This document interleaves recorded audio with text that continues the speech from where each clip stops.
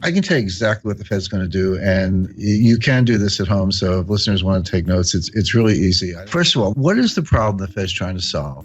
What is their solution? And then what are the exceptions to that so that we can have a complete predictive analytic model? The problem they're trying to solve is the following.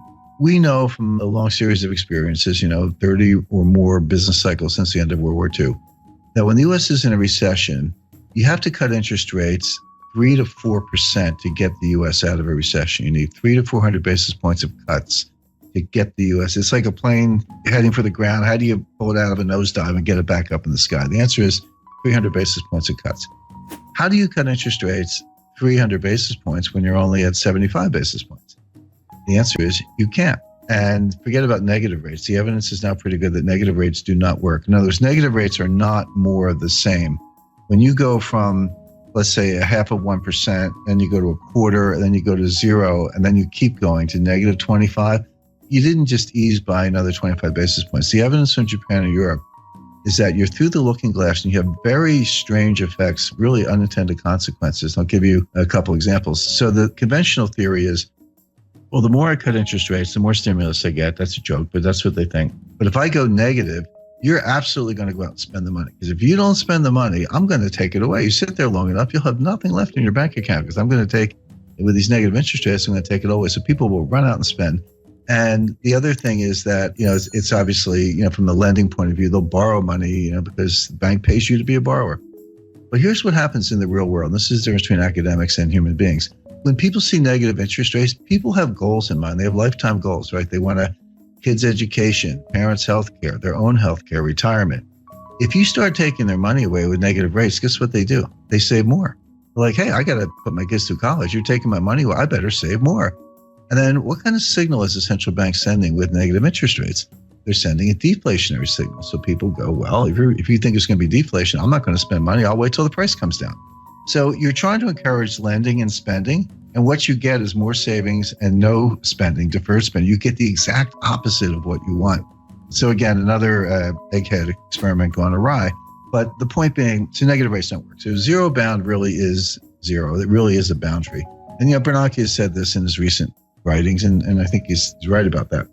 So back to the problem. How do you cut interest rates 300 basis points when you're at 75? Well, the answer is you can't. So you have to raise them to 300 basis points. So the problem the Fed is trying to solve is how do they get rates to 3.25% before the next recession?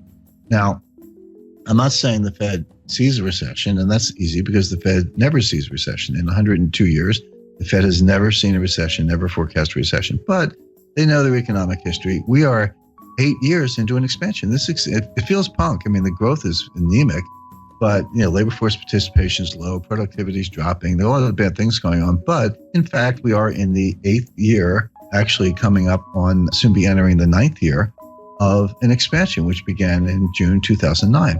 Right. By the way, you have a hard time convincing most Americans that we're not still in a recession. Depressions are different than recessions. The technical definition of a recession is 2 consecutive quarters of declining GDP with rising unemployment, a couple other bells and whistles, little subjective factors, but that's basically it.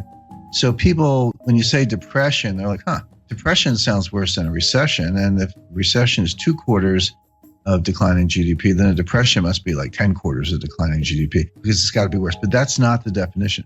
The definition of a depression, you can have growth in a depression, but it's below trend growth. In other words, if trend is 3.5, and you're actually banging out 1.5, 2, that gap between, let's say, 1.5 and 3.5% growth, that's depressed growth. It's an output gap. It compounds over time, and you never get it back. We are losing trillions of dollars of wealth.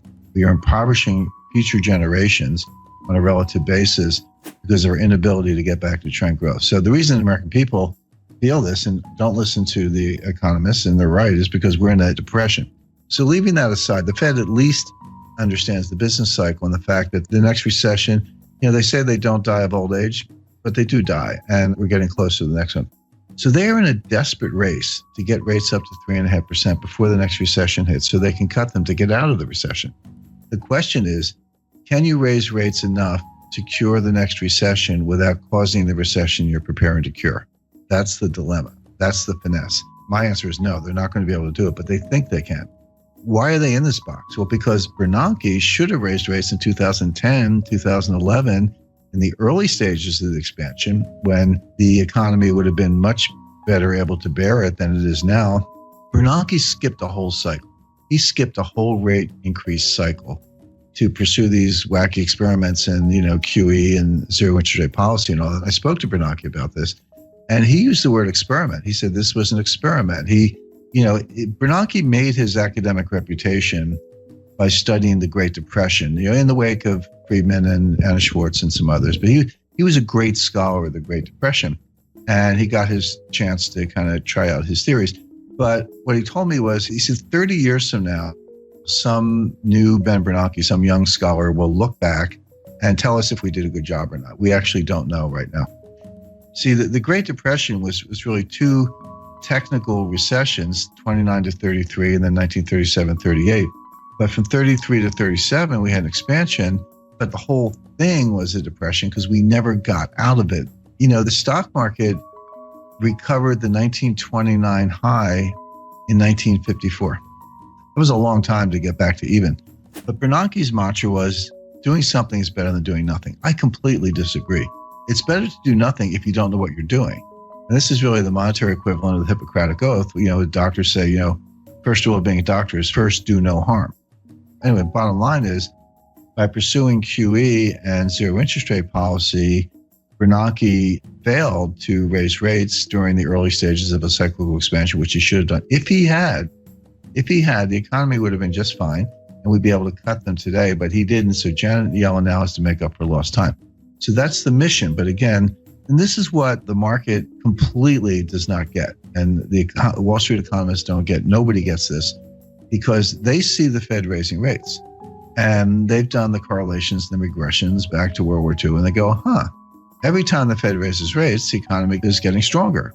So if the Fed's raising rates, the economy must be getting stronger, so bid up stock prices, et cetera. But that's like saying umbrellas cause rain. Because they've got the causality backwards.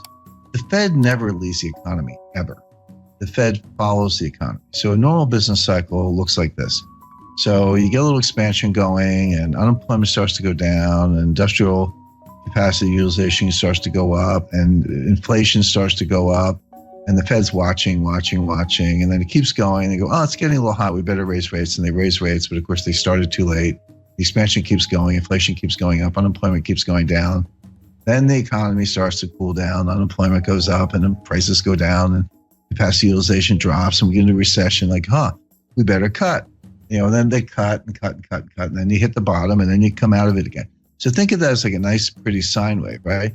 That's a business expansion, business contraction over and over, 30 or so times since the end of World War II, with the Fed always following the economy, never leading the economy. So all the big brains on Wall Street, they've got all this data, and they say, well, every time the Fed raises rates, the economy is getting stronger. That has absolutely been true for like 30 times since the end of World War II. It is not true today. The reason it's not true today is because Bernanke skipped the cycle, and they're playing catch up.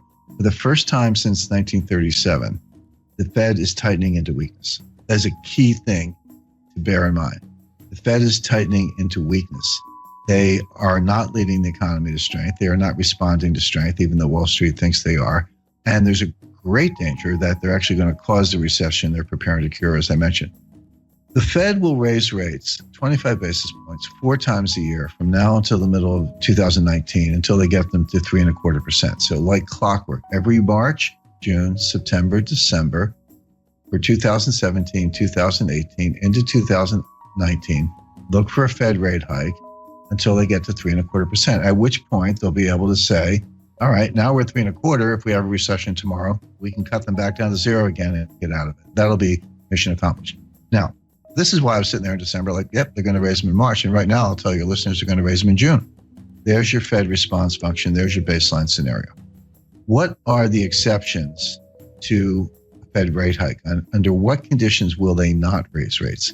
Because everything I just described to you, they've had in mind since March 2015, when Yellen took patience out of the statement. That was the end of forward guidance.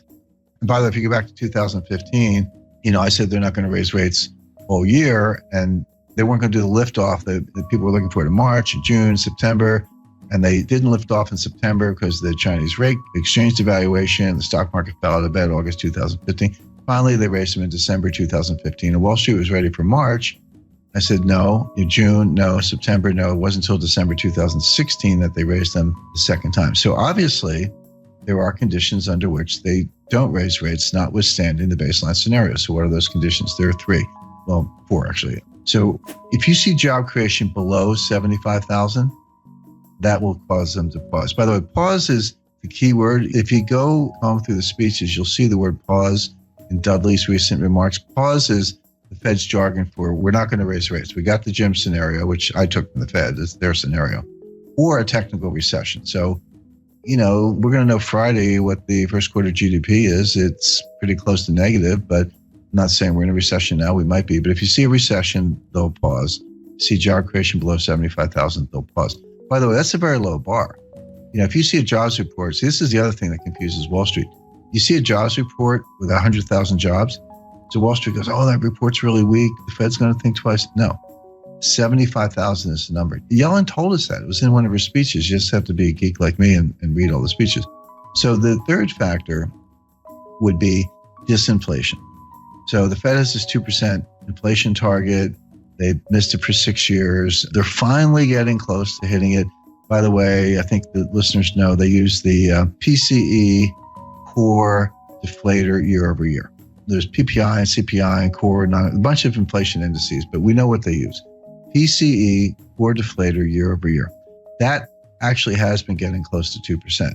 But if you see it turn around, if you see that gap down to like 1.5, 1.4, 1.3, then they will pause. The last condition for the pause is a disorderly decline in stock markets more than 5%. If you see a 6, 7, 8% decline, so if the S&P went down 100 points, Fed doesn't care. Dow Jones goes down 1,000 points, Fed doesn't care.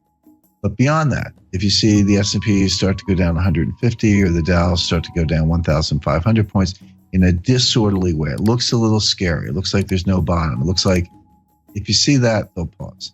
So the Fed's going to raise like clockwork 4 times a year for the next 2.5 years, unless you see job creation below 75,000, disinflation, a technical recession. If you don't see one of those things, they're going to raise rates. And so right now, I don't see any of them. I mean, they could all happen, but it looks like, growth is going to be positive. Job creation's been decent, over 100,000. Disinflation is probably coming, but not quite here yet. And they'll want to see a couple months in a row. And the stock market's not crashing. So none of the pause conditions are in place. Therefore, they will raise rates. Simple.